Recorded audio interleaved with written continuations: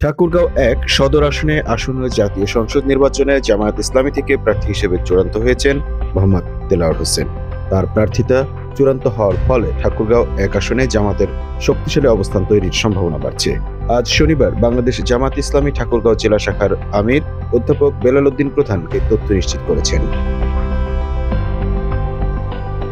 তিনি বলেন, ঠাকুরগাঁও জেলার ৩টি আসনে দলের কেন্দ্রীয় নির্দেশনার ভিত্তিতে প্রার্থী চূড়ান্ত করা হয়েছে। নির্বাচনী কৌশলের গুরুত্বপূর্ণ অংশ হিসেবে প্রার্থীদের নির্ধারণ করা হয়েছে।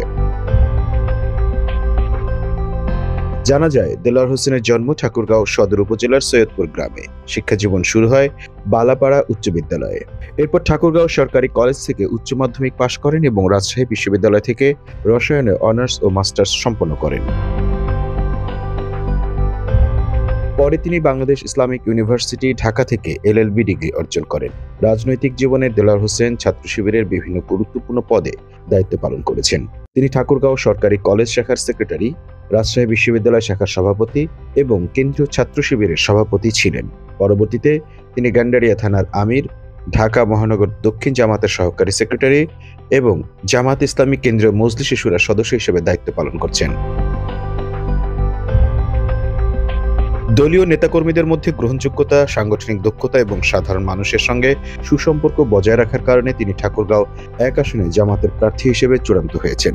দরিদ্র ও অসহায়দের সহায়তা করা এবং উন্নয়নমূলক কাজে আগ্রহী হওয়ায় এলাকায় তার ইতিবাচক ভাবমূর্তি রয়েছে, এমন দাবি করেছেন তার সমর্থকরা। তবে তার বিরুদ্ধে প্রায় ২০০টি রাজনৈতিক মামলা চলমান রয়েছে, যেগুলোকে জামাতের পক্ষ থেকে রাজনৈতিক উদ্দেশ্য প্রণোদিত বলে দাবি করা হচ্ছে। দেলাওয়ার হোসেনের রাজনৈতিক জীবনে নির্যাতনের একটি অধ্যায় রয়েছে।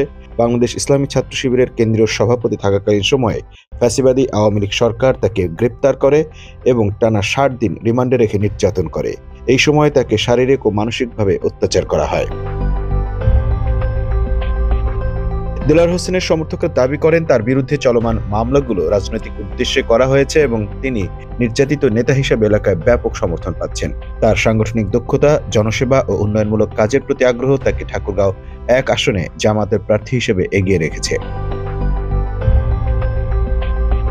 Mamun Mahfuz, time news desk.